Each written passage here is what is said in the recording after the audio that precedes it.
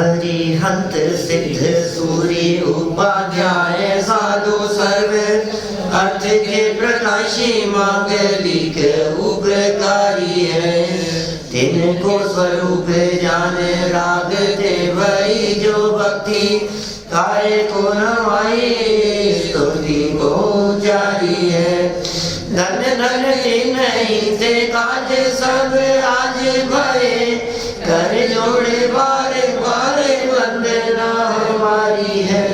मंगल कल्याण सुख ऐसो हम चाहते हैं। हो मेरी ऐसी दशा जैसी तुम धारी है। हो मेरी ऐसी दशा जैसी तुम धारी है। ओ मेरी ऐसी दशा जैसी तुम धारी है। शत्र चूड़ामणि नामक ये ग्रंथ और जीवनधर स्वामी विचार कर रहे हैं, चिंतन कर रहे हैं। जीवनधर स्वामी के विचार और चिंतन की यह विरल धारा निरंतर बढ़ती हुई वैराग्य तक पहुँचेगी, क्योंकि जिन 12 भावनाओं की हम यहाँ चर्चा कर रहे हैं वे 12 भावनाएं वैराग्य उत्पादक कहलाती हैं। आप जानते हैं अनुप्रेक्षा किसे कहते हैं? आप जानते हैं भावना किसे कहते हैं? भावना और अनुप्रेक्षा शब्द की परिभाषा इस प्रकार की कही गई है कि वैराग्य उत्पादक तत्वपरक चिंतन का नाम अनुप्रेक्षा है। वापस बोलता हूँ, वैराग्य उत्पादक तत्वपरक चिंतन। 2 वाक्य हो गए, 2 टुकड़े हो गए इसके। वैराग्य उत्पादक और तत्वपरक चिंतन, उसका नाम है अनुप्रेक्षा। ये जो 12 अनुप्रेक्षाएं हैं, ये जो 12 भावनाएं हैं, इन 12 भावनाओं में से शुरू की 6 ये तो वैराग्य उत्पन्न करने वाली है, जिनमें अनित्य, अशरण, संसार, एकत्व, अन्यत्व, अशुचि, ये तो वैराग्य उत्पन्न करने वाली है। और बाकी की जो है आश्रव, संवर, निर्जरा, ये तत्व संबंधी है। तो चिंतन 2 प्रकार का हो गया, एक वैराग्य उत्पादक और एक तत्वों से संबंधित। ये जो चिंतन यहाँ वैराग्य उत्पादक किया जा रहा है, यह चिंतन सुख उत्पन्न करने वाला है वैराग्य के साथ साथ। माने यदि ये सब चीजें छूट जावे और बाहर से दृष्टि हट जाए, बाहर में त्याग और संयम की भावना हो, तो जगत के जीवों को कष्ट नजर आता है। अरे अरे इतनी ठंड है, इतनी तेज हवा चल रही है, ऐसे इस ठंड में तो कैसे, बहुत कठिन है भाई। तो तुम्हें कष्ट दिखाई दे रहा है, लेकिन ये वैराग्य कष्ट उत्पन्न करने वाला नहीं होता। यह वैराग्य आनंद उत्पन्न करने वाला होता है। भैया थोड़ा सा इधर जाओ। ये जो जितना भी आनंद है, यह आनंद वैराग्य और सुख, ये बड़ा गजब का है ये स्वरूप है 12 भावनाओं का। कल हमने अनित्य भावना के संदर्भ में थोड़ी सी चर्चा की थी। नित्य माने होता है परमानेंट, नित्य नित्य नित्य है, जो है और बना रहे वो नित्य, और जो बदल जाए वो अनित्य। अनित्य भावना की चर्चा कर रहे हैं। अनित्य है सब कुछ। यम किंच भी उपन्नम तस्य विनाशो हवे नियमेन, ऐसा कहते हैं कार्तिकेय स्वामी। जो कुछ भी उत्पन्न होता है उसका नियम से विनाश होता है, कोई चीज परमानेंट नहीं है। यौवन ग्रह गो धन नारी है गए जन आज्ञाकारी, और इंद्रिय भोग छिन्न थाई। सब क्षणभंगुर है। कैसे दौलत राम जी की पंक्तियां हैं। अभी ये इन पंक्तियों की चर्चा करते समय हम कहाँ कहाँ तक चर्चा कर सकते हैं। सारी 12 भावनाओं में से अनित्य भावना उठा करके चर्चा करो। दो लाइनें उठाओ।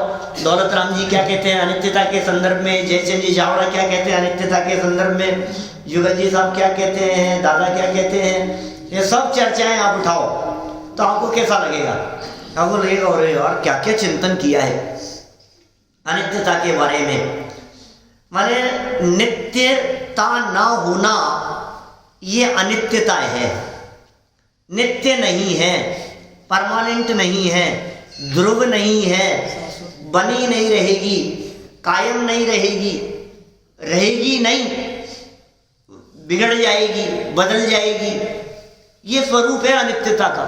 हर वस्तु अनित्य है, हर वस्तु अनित्य है।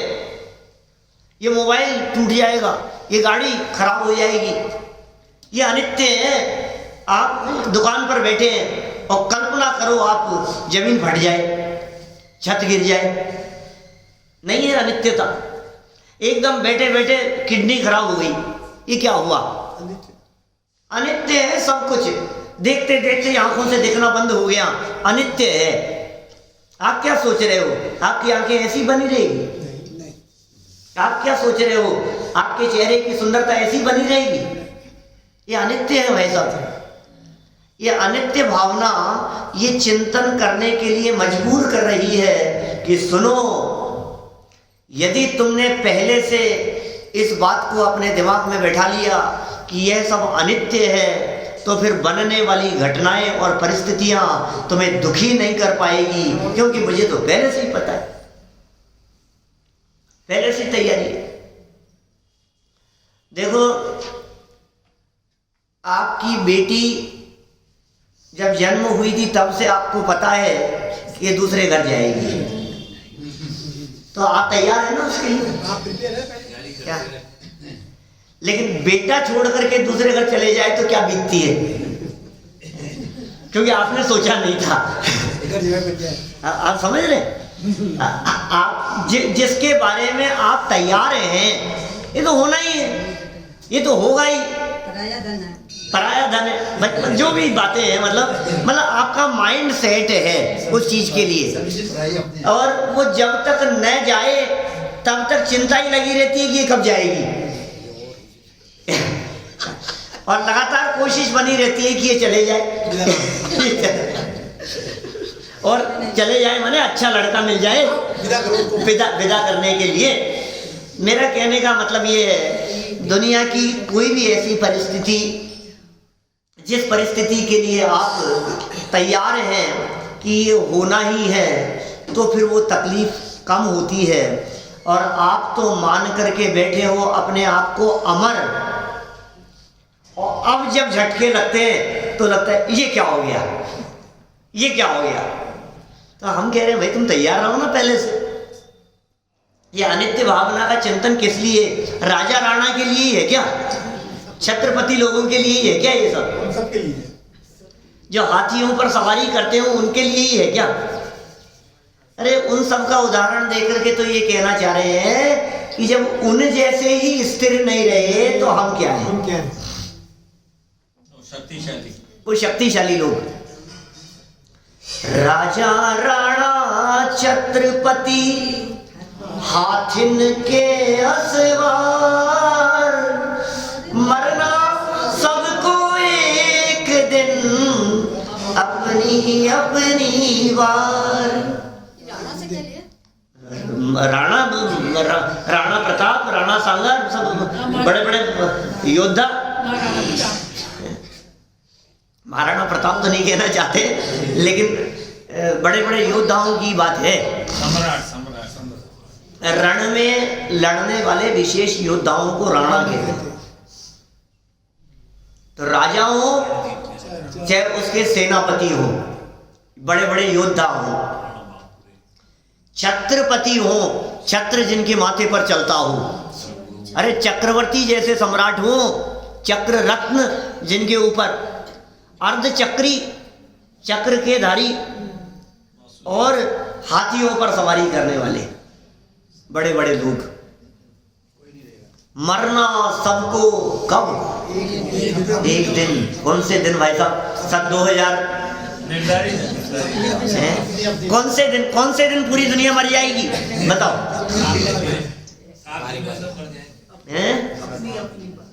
अपनी अपनी बारी आएगी तब। देखो जैसे ये कहते हैं ना कि मरना सबको एक दिन, मरना सबको एक दिन, तो उदास हो जाता है। देखो जजमेंट डे आएगा, ऐसा लगता है कि उस दिन पूरी धरती खत्म हो जाएगी। वैसा एक दिन ऐसा आएगा। ये इनमें क्रिश्चियन वगैरह में और वेस्टर्न फिलोसॉफी में कई ऐसे हुए हैं लोग जो ऐसे जजमेंट डे कह करके पुकारते हैं। वो कहते हैं कि पूरी सृष्टि इस दिन खत्म हो जाएगी। कई बार घोषणा कर चुके हैं। कई बार घोषणा 200 से ज्यादा बार इस सृष्टि के खत्म होने की घोषणा हो चुकी है। 200 से ज्यादा बार। 5-7 साल पहले, 8 साल पहले, सन 2011 के आसपास ऐसी घोषणा हुई थी कि ये तारीख आ रही है, इस तारीख को ये दुनिया खत्म हो जाएगी पूरी तरह से। पिछले 40-50 साल में 4-5 बार तो हमने सुन ली। बहुत बार इस तरह की घोषणाएं होती रहती है। सब मर जाएंगे एक दिन ऐसा आएगा सब खत्म हो जाएगा। एक दिन ऐसा आएगा प्रलय आ जाएगी, सब सारी धरती खत्म हो जाएगी। डर लगता है ऐसा दिन कौन सा आएगा कि सुनो ये मौत की गारंटी की बात नहीं, जीवन की गारंटी दे रहे हैं। क्या समझ में नहीं आया मास्टर साहब क्या कह रहे हैं? मरना सबको एक दिन, ये बात सुनते ही घबराहट लगती है ना। अरे यार एक दिन हमें भी मर जाना है, मर जाएंगे, सब खत्म हो जाएगा, सब छूट जाएगा, यही पड़ा रह जाएगा, मर जाएंगे। जब आप मौत के बारे में विचार करते हैं तो आपको तकलीफ होती है, दुख होता है। लेकिन भाई साहब लाइन को गहराई से देखो क्या लिखा है। मरना सबको एक दिन, अपनी अपनी बार। अपनी बार का मतलब है समय आने पे ही मरेगा। अपनी बारी आने पे, अपना नंबर आने पर। तो नीरज जी भाई साहब इसके अंदर अपनी बार में ये बात छिपी हुई है ना कि जब तक मेरा नंबर नहीं आएगा तब तक मेरा कोई कुछ बिगाड़ नहीं सकता। क्या था? मेरा नंबर आ जाएगा तब कोई बचा नहीं सकता, लेकिन जब तक नंबर नहीं आएगा तब तक कोई मुझे मार नहीं सकता। बोलो साहब कितना निश्चिंतता है इसमें। उस निश्चिंतता की तरफ हमारा ध्यान नहीं जाता है। ये सब अनित्य बतला रहे हैं, सबको क्षण स्थायी कह करके पुकार रहे हैं।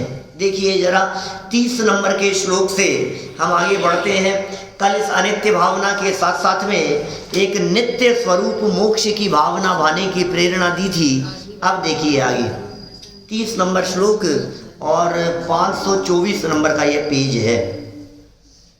स्थायिति क्षण मात्रं भाग्यायते नहि जीवितं कोटेरप्यधिकं हन्त जन्तूनां हि मनीषितम्।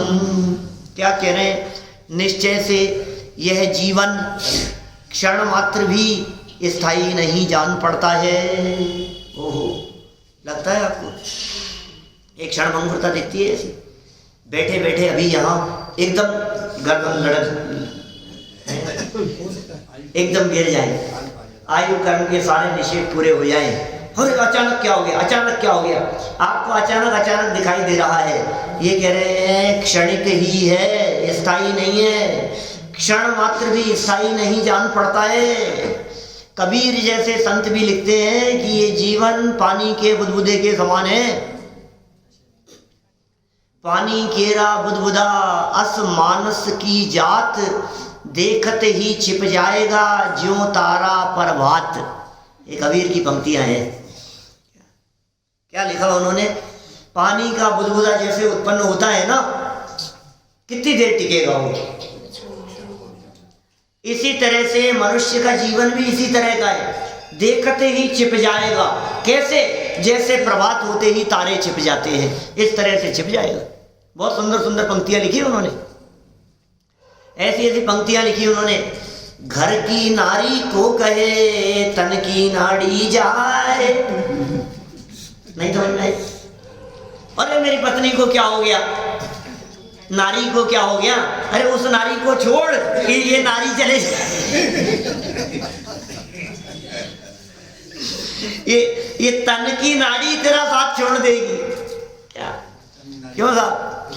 घर की नारी को कहे तन की नाड़ी जाए, ऐसी पंक्तियां लिखी है। कबीर दर्शन के साथ जैन दर्शन की तुलना पढ़ी है हमने। कबीर की एक अलग फिलॉसफी चलती है, उसके साथ में जैन दर्शन की तुलना। तो तुलना करते हुए ये अनित्य पक्ष जो है इसको तो बहुत उजागर किया उन्होंने, कबीरदास जी ने। इतना तो मिलान होता है, लेकिन जिस नित्यता और परमानेंसी की चर्चा जनागम में की गई है ये वहां मिलना दुर्लभ है, ये नहीं मिलता। क्षण मात्र भी क्या है ही नहीं, क्षण मात्र भी स्थायी नहीं जान पड़ता है। खेद है फिर भी प्राणियों की इच्छाएं करोड़ों से भी अधिक है। ओह, करोड़ों से भी अधिक है। अचानक हिलने लग जाए मंदिर, बोलो घबराहट होती है क्या? यहीं बैठ के हिला था 20 साल में, 19 साल में 2001 में 26 जनवरी 2001 मंदिर हिल गया था। बोलो झटका लगा एकदम ऐसा कि पूरा सब कुछ हिलने लग गया। आपकी 2002 की है? नहीं 2000 उससे 1 साल पहले, 1 साल बाद 1 साल बाद भूकंप आया था। देखो क्या हुआ। यहाँ बैठे थे, चर्चा चल रही थी, प्रवचन चल रहा था। जब भुज में भूकंप आया था तब की बात कर रहा हूँ। क्या था? यहाँ से प्रवचन कर रहा था मैं, यहाँ बैठे बैठे, तख्ता दूसरा था बस।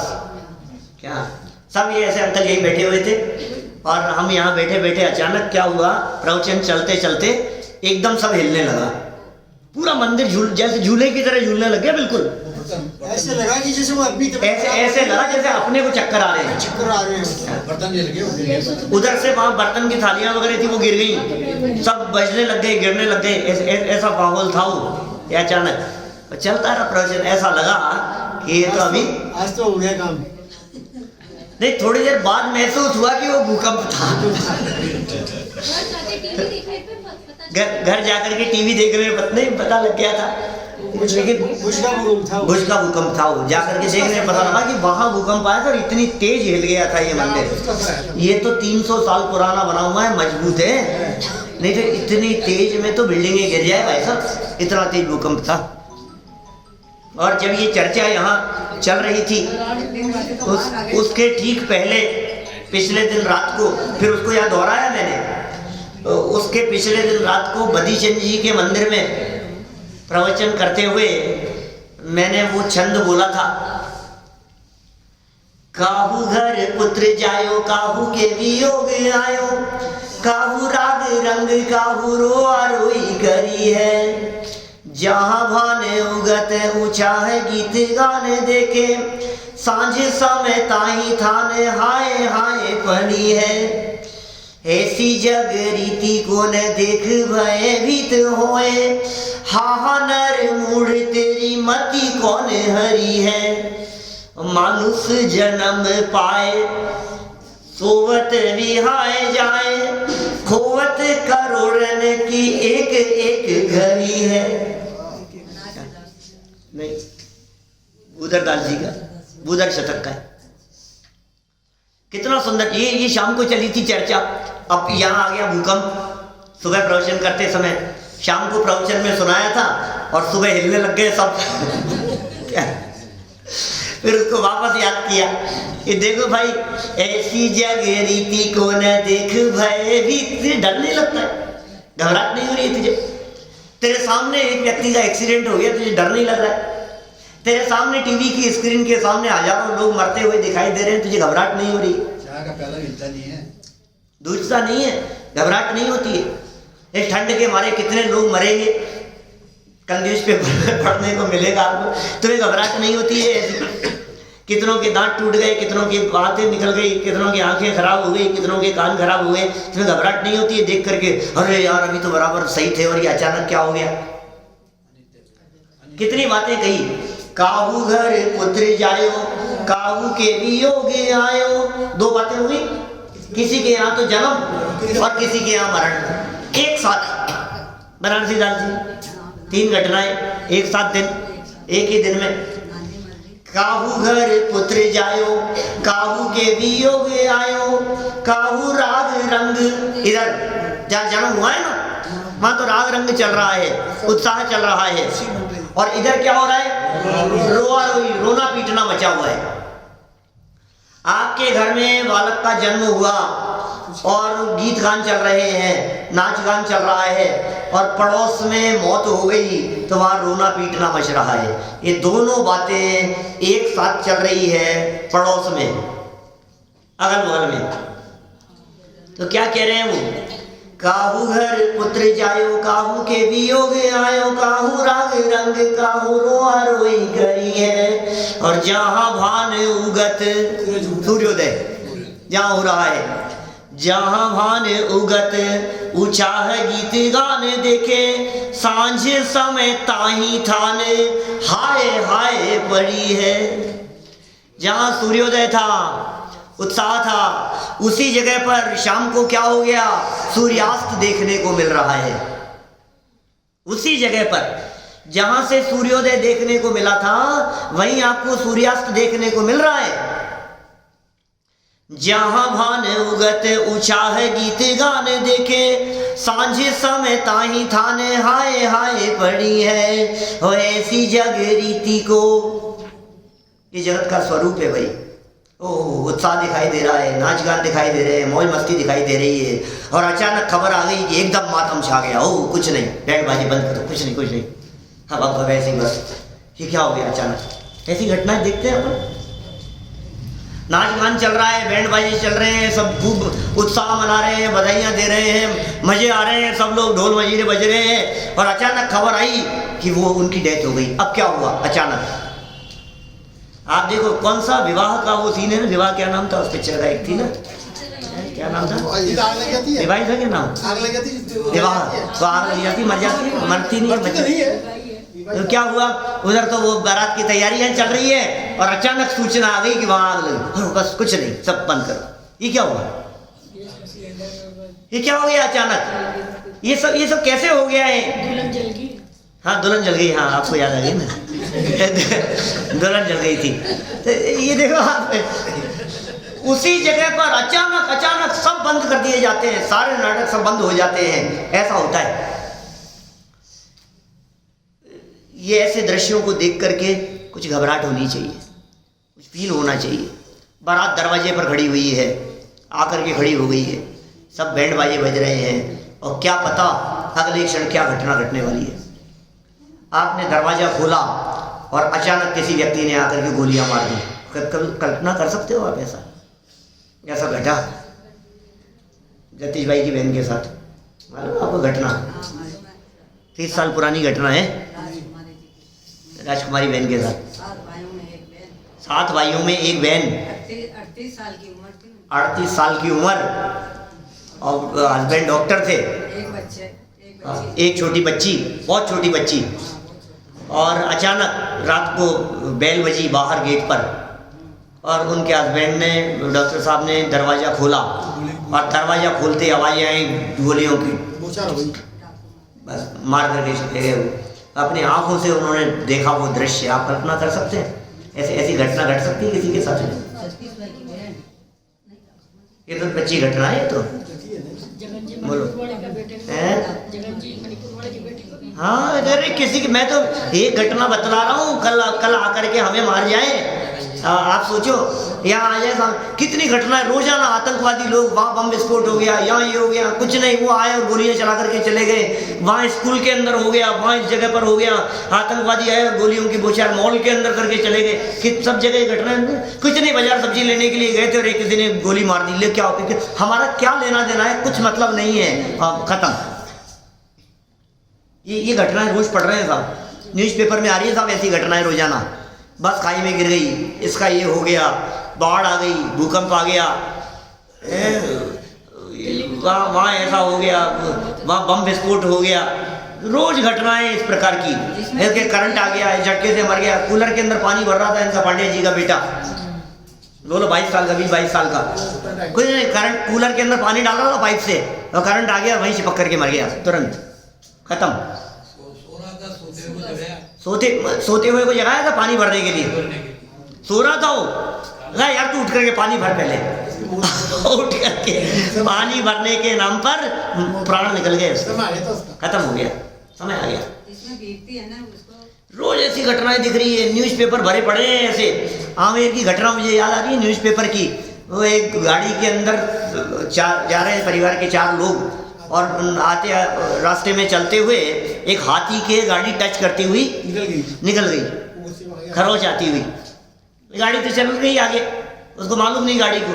वो पीछे से क्रोध में आकर के उस हाथी ने उस गाड़ी के ऊपर जाकर के ऐसे पांव रखा कि 4 लोग वहीं मर गए, 4 लोग मर गए। सच्ची घटना है यहाँ की, न्यूज़पेपर की, जयपुर की। बोलो, 4 के 4 लोग मर गए।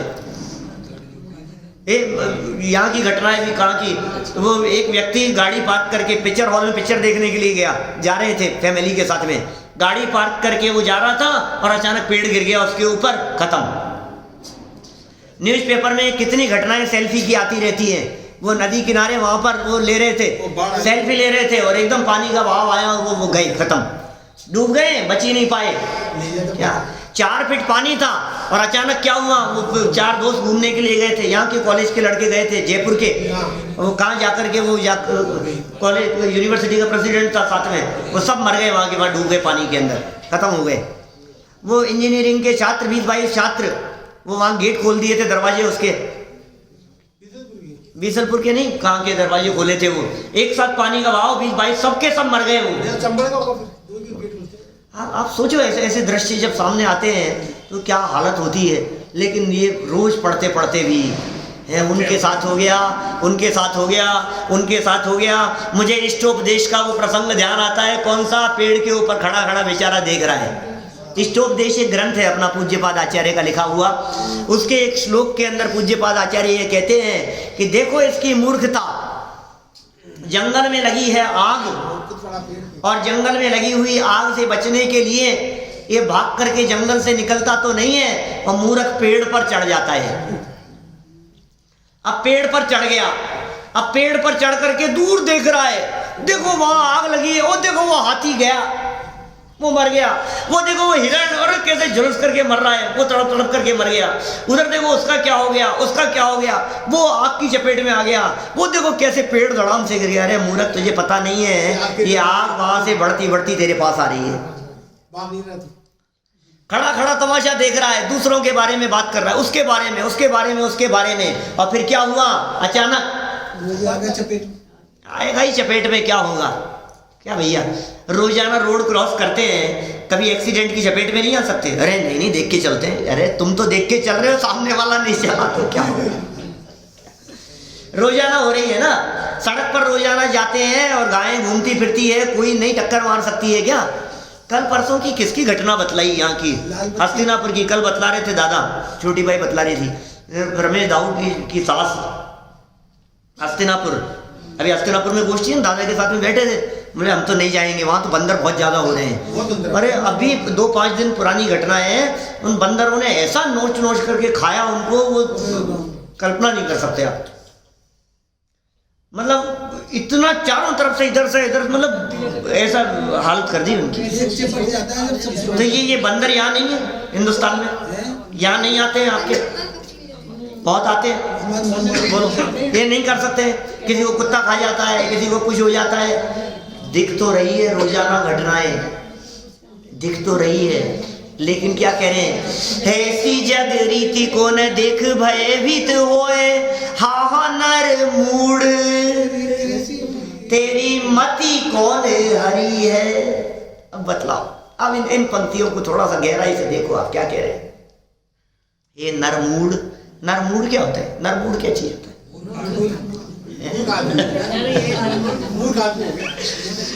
ये कितने सभ्य शब्दों में प्रयोग कर रहे हैं। हा नर मूड, मूड मूड माने होता है मूर्ख, हे मनुष्य के शरीर में बैठे दिखाई देने वाले महामूर्ख, मूर्खाधिराज, मूर्ख शिरोमणि, क्या उपमा देवे तेरे को, क्या शब्द देवे तेरे लिए? तेरी मति और तेरी बुद्धि पर क्या पत्थर पड़ गए हैं? तुझे समझ में नहीं आ रही है ये बात? तुझे दिखाई नहीं दे रहा है, तुझे समझ में नहीं आ रहा है? तेरी आंखें क्यों नहीं खुली है? तेरी ये आंखें कैसे बंद हो जाती है? ये देख करके जान करके अनजान क्यों हो जाता है तू? ये अनित्य है स्वरूप जगत का। यहाँ बैठे हो अरुण जी भाई साहब और अचानक ये पिलर आपके सर पे गिर जाए, अरे क्या बात बोल रहे हो आप? कैसे अनित्य है ये, अनित्य। ये पिलर नित्य नहीं है। मैं भी नित्य नहीं। सोच सकते हो आप? नहीं, आप तो नित्य हो, ये शरीर नित्य नहीं। आप यदि अपने नित्य स्वभाव को पहचान लो तो फिर तकलीफ नहीं होगी। काहू घर पुत्र जायो, काहू के वियोग आयो, काहू रंग रंग काहू रोआ रोई करी है। और जहाँ भान उगत ऊंचा है गीत गाने देखे, सांझ समय ताही तान हाय हाय पड़ी है। वो ऐसी जग रीति को, ये जमीन फटने वाली है, जैन साहब नीचे गिरने वाले हो आप। क्या अनित्य ये सब हो जाता है? ऐसा थोड़ी ना सीता के लिए फटी थी जमीन, अंदर चले गए थे। ऐसी जग रीति को न देख भयभीत होए, हाँ नर मूड तेरी मति कौन हरी है। क्यों, क्या हो गया? ऐसा क्यों कह रहे हो हमारे बारे में? कि इसलिए कह रहे हैं मानुष जन्म पाए सोवत विहाय जाए। कर क्या रहा है? नींद आ रही है, थोड़ा सो लेता हूं। दिन में भी रात कम पड़ती है सोने के लिए, और दिन में भी सोले में। मनुष्य जन्म पाए सोवत विहाय जाए, सोने में जीवन बीत रहा है। दिवस गवायो खाए कर, रात गवाई सोए। भोंदू के भोंदू रहे, चले गांठ की खोए। दिन तो कहाँ चला गया भाई साहब? खाने में अपन लोग तो जैन है, दिन भर तो खाने पीने की चर्चा। अभी करके आए होंगे ब्रेकफास्ट, और न करके आए हो तो जा करके, और वो चलता रहेगा इतनी देर में। अभी दिन में क्या लोगे, क्या बनाए बोलो? खाने में क्या बनेगा? सुबह का निपटता नहीं है कि शाम के भोजन के विकल्प शुरू हो जाते हैं, शाम के विकल्प शुरू हो जाते हैं। और अभी दोपहर में भी क्या लोगे बोलो? चाय बना दें आपके लिए, फ्रूट्स बना देते हैं। क्यों? विकल्प आना चालू हो जाता है। क्या लोगे बोलो? अरे संजीव जी कचौरी, ये तो यहीं की बनाई हुई है, तो जैन है तो बनाए, शुद्धता से बनाता है, कचौरी खाओ आप। तो खाना और बनाना क्या? अब बाजार का खाते नहीं है तो नान मिठाई कैसे बनाई है, ये बिस्किट कैसे बनाए, ये कैसे बनाए हुए हैं, ये सोचता रहता है। ये पापड़ किस तरह से, यार ये अलग तरह की चीज बनाए, हमने तो कभी खाई ही नहीं है, ये कैसे बनी है? ये उसके बनाने में लगा रहता है। दिन भर इसमें निकल जाता है, रात भर सोने में निकल जाता है, और बचा कुचा समय वो कहाँ टीवी के चैनल घुमाने में बीत जाता है, न्यूज़पेपर में बीत जाता है। मोबाइल है, देखो पीछे से कह रहे हैं छावड़ा जी, क्या मोबाइल है? बोलो आप कहाँ कहाँ समय बीत रहा है? दिवस गवायो खाए कर, रात गवाई सोए। और भोंदू के भोंदू रहे, चले गांठ की खोए। और वहां क्या कह रहे हैं? हाँ नर मुड़ तेरी मति कौन हरी है। मानुष जन्म पाए सोवत विहाय जाए, मानुष जन्म पाए मोबाइल समय खाए। आप सोच लो जरा, सब चीजों पर लगा करके देखो, उस लाइन को बदल लो। मुझे ऐसा लगता है बदल करके उनकी जगह पर फिट करो आप एक एक शब्द को।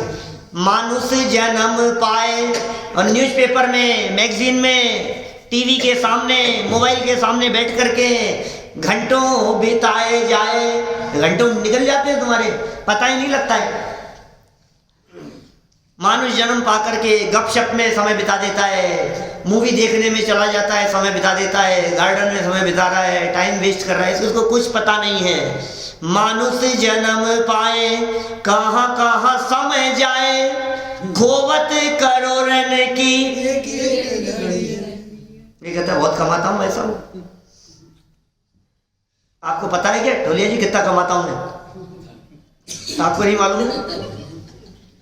कितना कमाता है, बहुत नोट छाप रहा है भाई साहब, मशीन लगा रखी है, आपको अंदाजा नहीं है भाई साहब। पहले ऐसे लोग मिलते थे जो कहते थे लाख रुपया महीना कमाता हूँ, अब मिलते हैं 10 लाख कमाता हूँ। कई ऐसे मिलते हैं महीने के 1 करोड़ 2 करोड़ तो मामूली बात है महीने के। कई ऐसे समझदार लोग मिल जाएंगे जो ये कहेंगे भाई साहब रोज के 1 करोड़ कमाता हूँ। आप समझ के रखा है आपने, 1 करोड़ रुपया रोज की कमाई है, 1 करोड़ रुपया रोज। और यहाँ क्या कह रहे हैं बुधरदास जी? ये कह रहे हैं कि भैया तू जो कमा रहा है ना, तुझे गलतफहमी हो गई है, तू कमा नहीं रहा है, तू निरंतर घाटे का सौदा कर रहा है। क्या बात कर रहे हो, घाटे का सौदा? और मैं इतना कमा रहा हूं, मैं तो अभी फिगर मैंने सही खोला नहीं है क्या मैं इतना कमा रहा हूं, घाटे का सौदा? कि तुझे पता नहीं है कि कितना कमाने के चक्कर में क्या गंवा रहा है। क्या जो चीज गंवा रहा है उसकी तुझे खबर नहीं है। अरे तेरे मनुष्य जीवन के दुर्लभ क्षण व्यतीत हो रहे हैं, तुझे इस बात की खबर है? ये जीवन मौत की तरफ बढ़ रहा है, तुझे इस बात की खबर है? ये कह रहे हैं ये क्षण मात्र भी ये जीवन स्थिर नहीं है, तुझे इस बात की खबर है? तुझे लग रहा है कमाया कमाया कमाया, सुन तूने जितना कमाया है ये कुछ भी तेरे साथ नहीं जाएगा, कुछ भी साथ नहीं जाएगा। जाएगा कि नहीं भैया बोलो? आपके साथ कुछ ले जाओगे कि नहीं, ये तो बताओ। क्या शरीर तो रह जाएगा, कोई बात को नहीं, लेकिन जाएगा साथ में। क्या जाएगा? कुछ और कमाई जाएगी, पुण्य पाप साथ जाएगा, परिणाम साथ जाएंगे। राग द्वेष मायाचारी छल कपट बेईमानी धोखाधड़ी, यह ईमानदारी सदाचार जो कुछ भी किया था जीवन में, जो कमाया था वो कमाई साथ में जाएगी। दोनों तरफा लगाना, पुण्य भी और पाप भी वो साथ में जाएगा। बाकी ये धन धरा का है, धरा पे धरा रह जाएगा। क्या ये साथ में नहीं जाने वाला है? कितनी बहुमूल्य है ये, कह रहे खोवत करोड़न की एक एक घड़ी है। ये मनुष्य जीवन की एक एक घड़ी करोड़ों की है, बस करोड़ों की। 10 करोड़ दूंगा 10 घड़ी के लिए तो जीवन बच जाएगा ना? कि भाई साहब किस धोखे में हो आप? 400 साल पहले लिखी थी, 20 साल में बिंदी बढ़ जाती है, पूरी संपत्ति तो भी नहीं चाहिए। 20 साल में 1 जीरो बढ़ जाती है साहब, क्या बात कर रहे हैं आप? आप चालू करो 1940 से। क्या भैया 1940 में 1940 वाले हैं क्या यहाँ लोग? नहीं है, 1940 वाला तो कोई नहीं है, लेकिन 1940 वाले लोगों से तो मिले तो हो आप सब। क्या 1940 से पहले 1920 में जिनका जन्म था, समझे 1910 में, उनसे भी मैं खूब संपर्क में रहा हूँ। उन ऐसे बुजुर्ग लोगों के बीच में खूब चर्चाएं की है उनसे। वो क्या कहते हैं? वो ये कहते हैं कि हमने वो जमाना देखा है जब 1940 में 10 रुपये महीने में घर का खर्च चलता था। 10 रुपये महीने में। क्या भैया 1940 तो नहीं देखा, 1960 में तो आप जवान थे।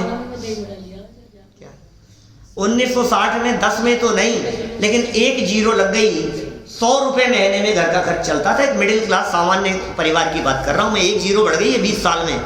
1940 में छावड़ा जी साहब कितनी? 10 रुपये। और 1960 में 100 रुपये। और 60 के बाद में 20 साल और बढ़ाओ, 1980 में जैन साहब 1000 रुपये महीना। 1980 में एक सामान्य व्यक्ति 1000 रुपये महीने में काम चलाता था। सामान्य बात कर रहे हैं, फिर ऐसे तो रईसों की बात छोड़ दो और गरीबों की बात छोड़ दो, एक नॉर्मल बात कह रहा हूँ। और 1980 से लेकर सन 2000 में आ जाओ तो 1000 में काम नहीं चलता था, 1 जीरो और लग गई, 10,000 रुपये महीने में काम चलता था। सन 2000 सबने देखा है, 19 साल पुरानी बात कर रहा हूँ मैं। 2019 खत्म होने की कगार पर है। 10,000 रुपये महीना बराबर चलता था काम। 20 साल और आगे बढ़ा दो, 2020 तक 10,000 में 1 जीरो और लगाओ। क्या आज इनकम 60-70-80 हज़ार रुपये महीना एक सामान्य बात है। लाख रुपये महीने की इनकम। क्या और खर्चे भी उसी रेशो में हैं। अभी तो 2020 पूरा बाकी है और 20-21 तक आते आते आप देख लेंगे लाख रुपए महीना, एक एक जीरो बढ़ रही है साहब कंटिन्यू। 10 रुपए से चलता हुआ आया हूँ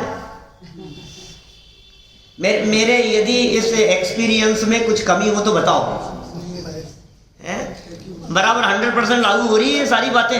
लाख रुपए महीना चाहिए आपको 2020 में, प्रैक्टिकल है। और अभी यदि मैं ये बात कह दूं कि 2040 तक चलते चलते 10 लाख रुपया महीना चाहिए तो आपको कहेंगे पागल जैसी बात करें। 10 लाख रुपया महीना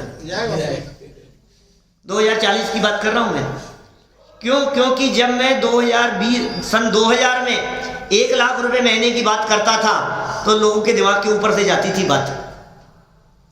लोग ये लाख रुपए महीना घर के खर्चे के लिए 19 साल पहले, नहीं इतना नहीं हो सकता, इतना नहीं हो सकता। लेकिन आज दिख रही है वो दशाएं अपने को, साफ साफ नजर आ रही है इस तरह की बातें। सोचो जरा, जब 400 साल पहले, अब सुनना बात तो ये बतानी है मुझे, कोई वो थोड़ी ना बताना है कितने में खर्चा चलता है आपका, उससे मुझे क्या लेना देना है।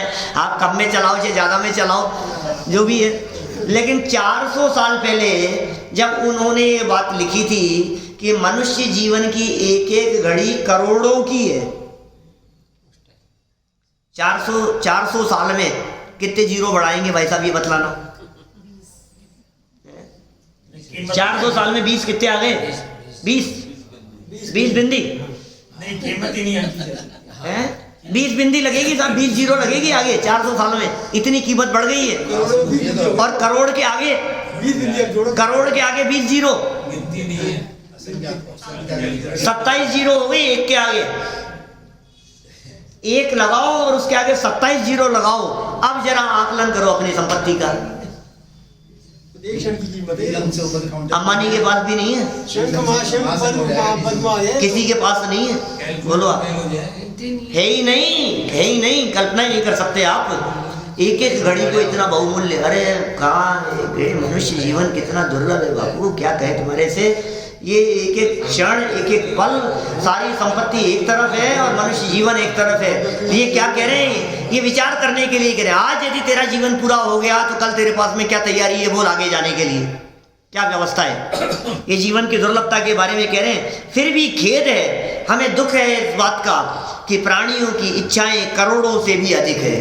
लो, इतनी इच्छाएं हैं, ये इच्छाएं पूरी नहीं होती, ये इच्छाएं समाप्त नहीं होंगी कभी, ये बढ़ती चली जाएगी। ये कह रहे हैं इच्छाएं बहुत है। देखो आप, मनुष्य जीवन, सरल अर्थ देखना, ये मनुष्य जीवन एक क्षण भी स्थिर रहेगा या नहीं, इसका किसी को भी विश्वास नहीं है। आपको भरोसा है भाई साहब? एनिवर्सरी आ रही है, मनाएंगे, ये आ रही है, वो बर्थडे आ रही है हमारी, इनकी 50वीं आ रही है, इनके 75 साल हो रहे हैं, 75वां जन्म दिवस आ रहा है, इनका ये हो रहा है, धूमधाम से मनाएंगे। भरोसा है ना, रहोगे ना तब तक, भरोसा है ना, मनाओगे ना आप। क्या कहें भाई साहब, ये बिल्कुल विश्वास नहीं है एक पल का भी। क्या ये दुकान पर जाता है भाई साहब, ये चीज परमानेंट कितनी चलेगी, इसकी ड्यूरेबिलिटी कितनी है, नहीं कितनी चलेगी, ये कितनी चलेगी, नहीं साहब इतना नहीं, हमें ऐसे चाइनीज माल नहीं चाहिए हमारे को, डुप्लीकेट माल नहीं, ऐसा चीज चाहिए जो परमानेंट। वाह रे वाह, अपनी टेम्परेरी लाइफ में हर चीज परमानेंट तलाशता है। इसे चाहिए परमानेंट चाहिए, मजबूत चाहिए साहब, मजबूत चाहिए। किसे मजबूत चाहिए? ये टेम्परेरी नहीं दिखाई दे रहा है तुझे, ये जा रहा है, ये जीवन पूरा हो रहा है।